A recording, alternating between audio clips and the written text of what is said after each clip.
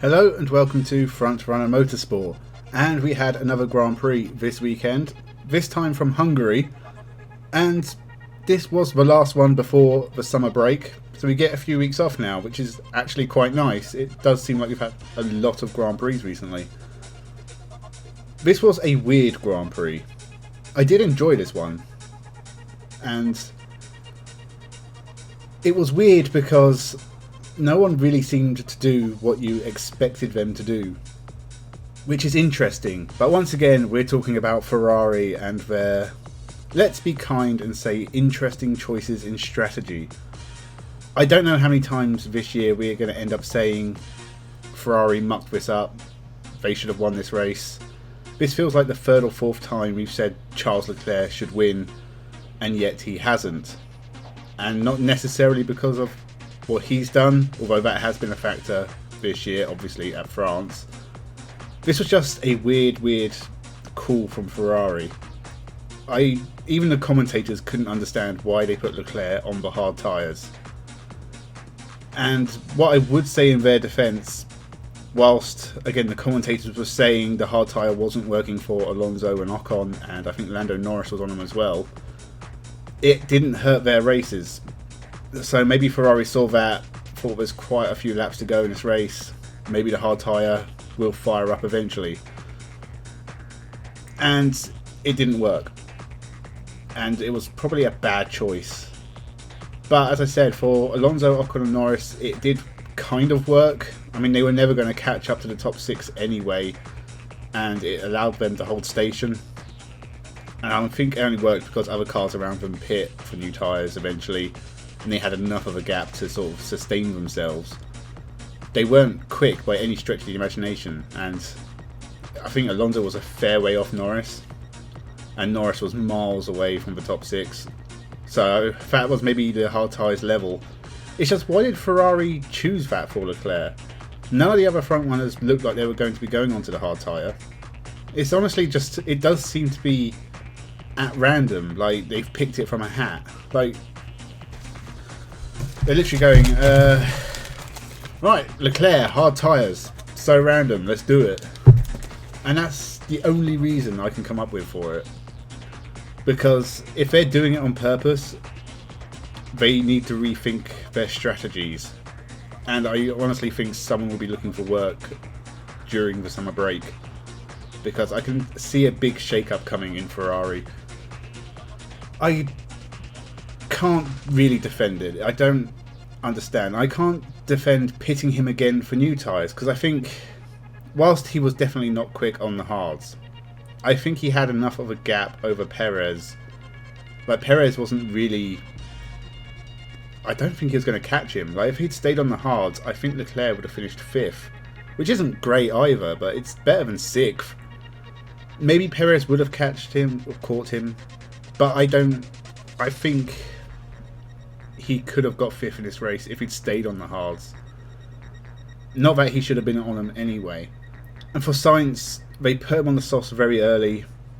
Again, I would classify that as a strategy mistake. There must have been something else they could have done. I guess the only other way would have been to put him on the hard tyres, and obviously that didn't work for Leclerc, so maybe they thought the tyres would last, but he started to slow down as well.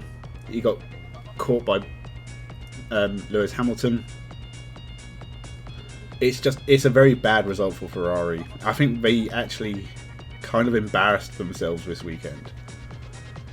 And 4th and 6th, when they really look like the team with pace. Like, I was at one point in this race expecting a Ferrari 1-2, and we didn't even get close to that. And it's a really shockingly bad result for them. Perez, I was unimpressed with all weekend. I mean, him going out in Q2, that seemed to be on pace. He probably did well to finish 6th, but the second Red Bull driver should be doing better than that. Having said that, whilst I think Perez has been underperforming, he is 3rd in the championship and only 5 points behind Leclerc. So whatever he's doing is actually working. And the Mercedes, they seem to have caught up a lot. And even though Hamilton only qualified 7th, George Russell getting on pole was a massive achievement. a great performance. And he did well in this race. He should have been fourth because the Ferrari should have been above him. But to get third, another podium, he's still fourth in the championship, I think. I think he's ahead of Carlos Sainz. And ahead of Hamilton. So he's doing a good job. And I do think Russell will take a win before the end of the year. Same goes for Hamilton as well. He didn't qualify well, but Mercedes, they always tend to get their strategies right, and it really worked for Hamilton this weekend. Another second place when Mercedes at the start of the year did not look like they were going to get anywhere near that. For them to be in at least a fight for second is actually pretty good. I mean, I think Lewis Hamilton's like 120 points off Verstappen in the lead of the championship.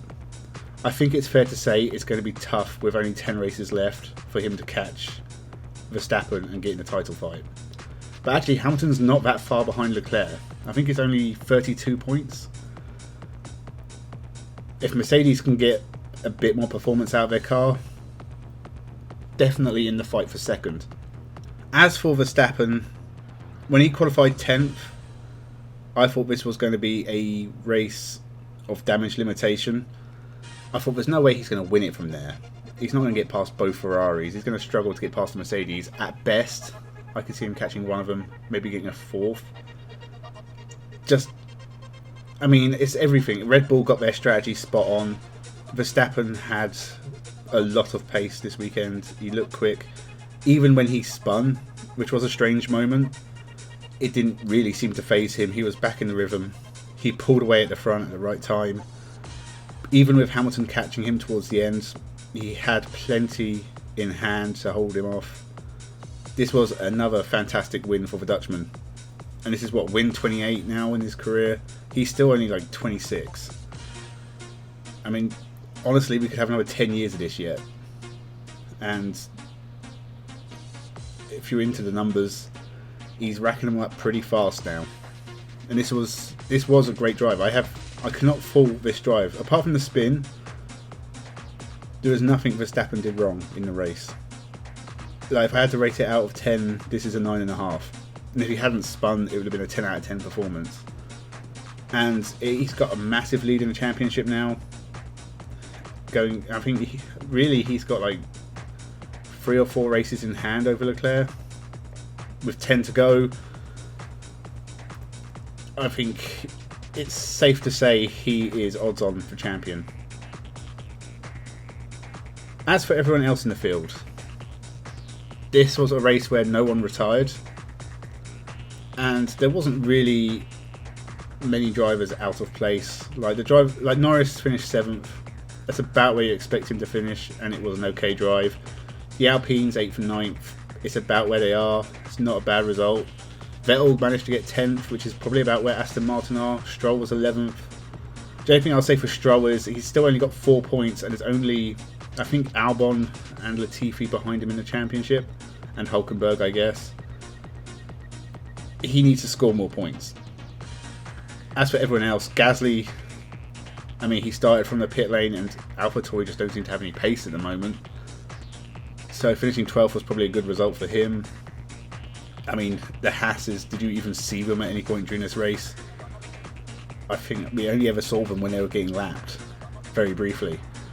Ricciardo, honestly, I think he's the next one who should announce his retirement because it's not working, and really, does he have any desire to carry on anymore? I think, honestly, it's probably best for him just to get out while it's still reasonably good, and even then it's not really that good at all. Yuki Tsunoda had a spin but didn't really do anything. I think he finished last. Guan Yu Zhou had a bad race. Bottas retired. He did have engine issues or something, which again isn't really shocking with Alfa Romeo at the moment, and their pace seems to have just disappeared. Like Bottas, the first half of the season was usually running up in the top 5, bearing on others' mistakes. Now he was nowhere near the top 10 and just ended up in retirement. Williams, nothing, just at the back, never saw him. So at least Latifi finished, I suppose. So this was not a race of major shocks. I guess the biggest shock is the Mercedes were 2nd and 3rd and Ferraris 4th and 6th. you'd kind of expect that to be the other way around, but can't fault Mercedes on their strategy. They get that right. Ferrari, they didn't. And once again, that's the story of the weekend. Now, there's a lot of other racing to get through. I have sort of been watching it. I'm going to finish watching the second Formula E race. I haven't actually started yet. It's ready to go. Literally, I'm going to upload this. I'm going to watch Formula E. I might do another video on Formula E, which will be early hours of the morning. So stay awake for that. And there's so much else to go through. We had W Series, Formula 2, Formula 3. British Touring Cars was this weekend. God knows what else. IndyCar was yesterday. NASCAR's today, if you're into that. Stock Car in Brazil, if you're into that. Formula Regional European was this weekend. We had Nitro Rallycross.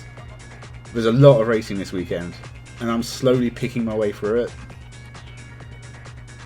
But I will be back with more motorsport content this week. Hopefully we'll get another 3 or 4 videos up, so make sure you subscribe to the channel for more motorsport stuff. We can have more talks about Ferrari screwing things up.